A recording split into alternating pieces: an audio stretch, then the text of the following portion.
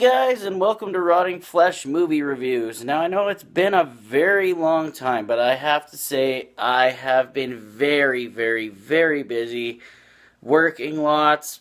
Some people at work quit, so I've been covering lots of shifts, working my ass off anyway, working like a bitch.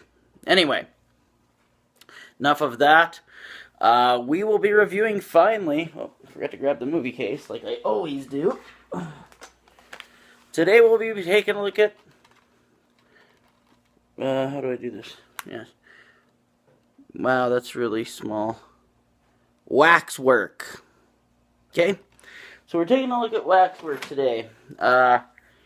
And boy, I gotta say, it's a mixed bag. I know a lot of people love this movie, but for me, mixed bag, and I'll explain why. Okay, well, the story goes, a bunch of kids go into a weird waxing museum. Basically, I mean, I'm sorry, my mind just goes there. Basically, it's run by Professor Gordon Perry, from Ninja Turtles 2. and it's him, it's the same actor. Whoop, shake there. But yeah, it's run by him and this little dude that I think is from Freaks. I'm pretty sure he's from Freaks. The little fella, butler guy. Anyway, so yeah, they go to this waxing museum. All these really cool displays. I've never actually been to a wax museum before, so I don't know what they're like at all. But yeah, so they go in, displays there. People start walking into the displays for one reason or another, and the displays become real. Now we have some really cool. It was almost kind of like a how do you put that? Anthology movie. Because each waxwork was different. So we had like our werewolf one, which was probably my favorite one. Lots of good gore, lots of cool effects in that part of the movie. We've got vampires, which was it was okay. Cool gore in that one too. Actually, we've got the Mummy, and there was a few that they didn't explore that I kind of wish they would have. But there was like some that I didn't even understand why they were in really the movie. Anyway, but halfway through the movie, the anthology film thing kind of stops, and then we end up with this cop that's going to the wax museum because.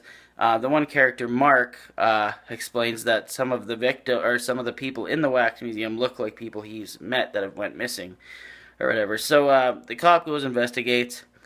All I'll say is the devil's in the details. They figure out certain things about the owner. I'm not gonna ruin the movie. But so here we go for the review. Well, direction was decent. I didn't have a problem with it. And to be honest, the settings like that, like they put a lot of work into this movie. Don't get me wrong. Like I thought that the lighting and everything and the sets, although some were kind of cheesy, but lots of them were really good. So hit and miss really, I would say. Writing wise, it's kind of all over the place. It's kind of like. Because I thought it was going to be an anthology movie, then it wasn't. It was kind of all over the place. Kind of random at moments. I don't know. Acting, characters, dialogue. Dialogue was so bad it's good, I would say. It was, like, ridiculous. The characters were mostly, it seemed, fairly unlikable. But the thing is the acting was decent, okay? I'm not going to say that anybody really put in a bad showing acting wise, at least nothing that stands out. But I will say that the characters were written kind of strange, because there's certain characters that at the beginning they seem like douchebags or something, and then they become likable at the end of the movie. I didn't really get it. It seemed like the cast of Night of the Demons but more unlikable. And then quickly they switched it. It's like they got a different writer or something in there at the last minute. At least that's how it seemed to me. Okay, so there's that.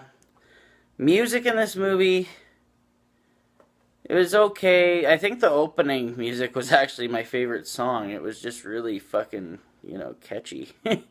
uh, okay, special effects. There was really good effects in this movie. I will give this movie that. I think they did a great job with the effects in this.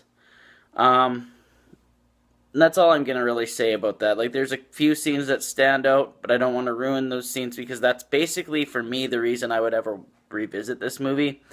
Now here's my opinion, or can I recommend it? First of all, I guess. Uh, yeah, I probably could. To most fans of 80s horror, I could recommend it. Is it my favorite? Not really. I mean, I can think of at least 30 movies that I would rather watch than Waxwork. As a matter of fact, part of the reason this review took so long to do is because I kept putting it on and I would lose interest. Like, as soon as the anthology film feel went away, I would just lose interest automatically. I stopped caring.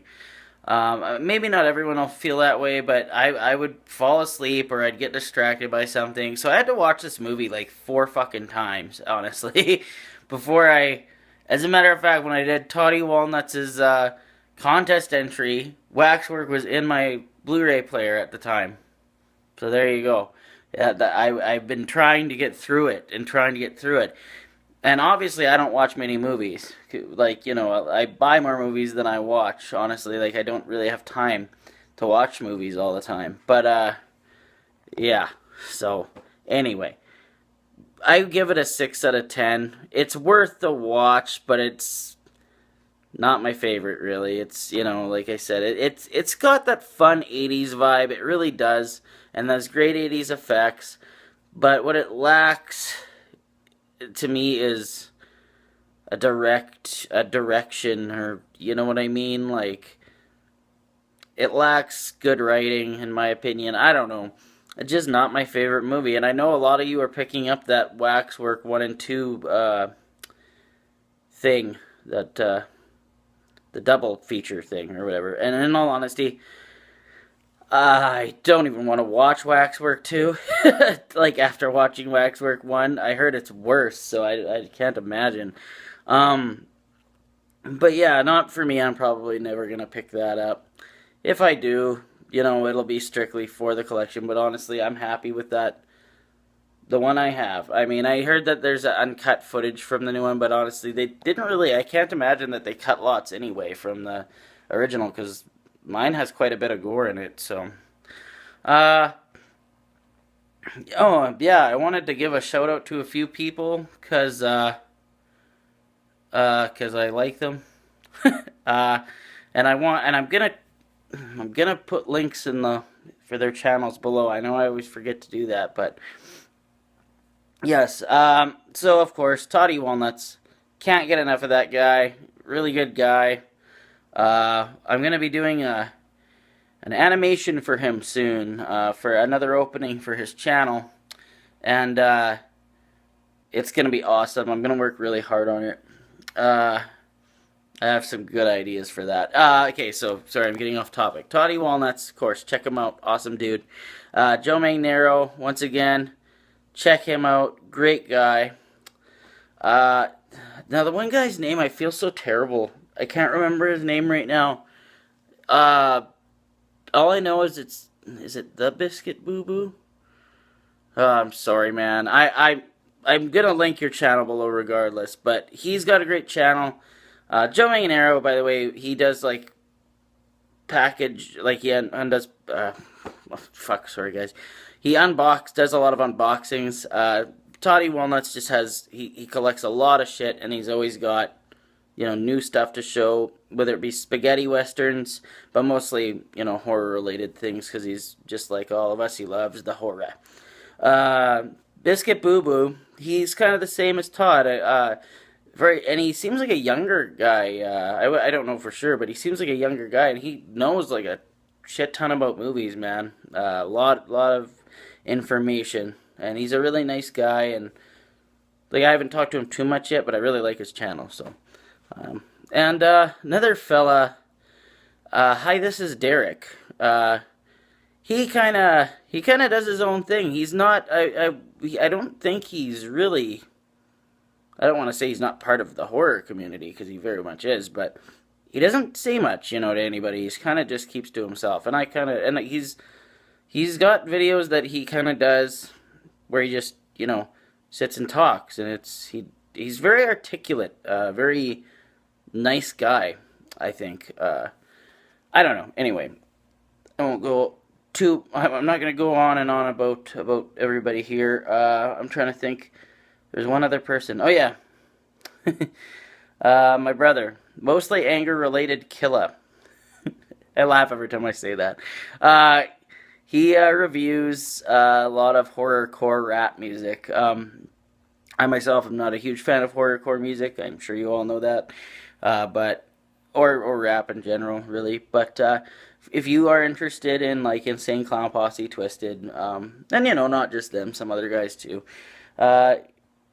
Check out his channel. He's a nice guy. And I think I might be his only subscriber right now, so I feel kind of bad that he has no subscribers, He's a really nice guy. He deserves more.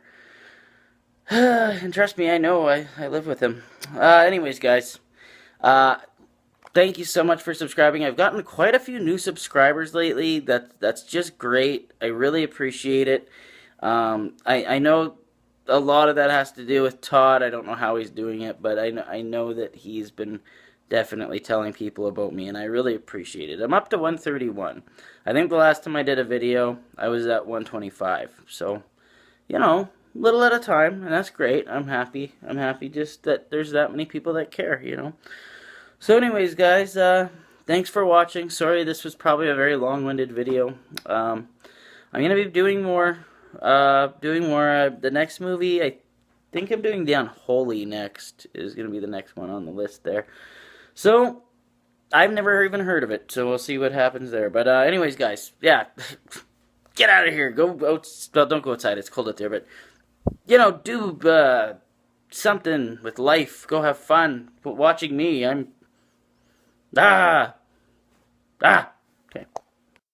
That Magic Production.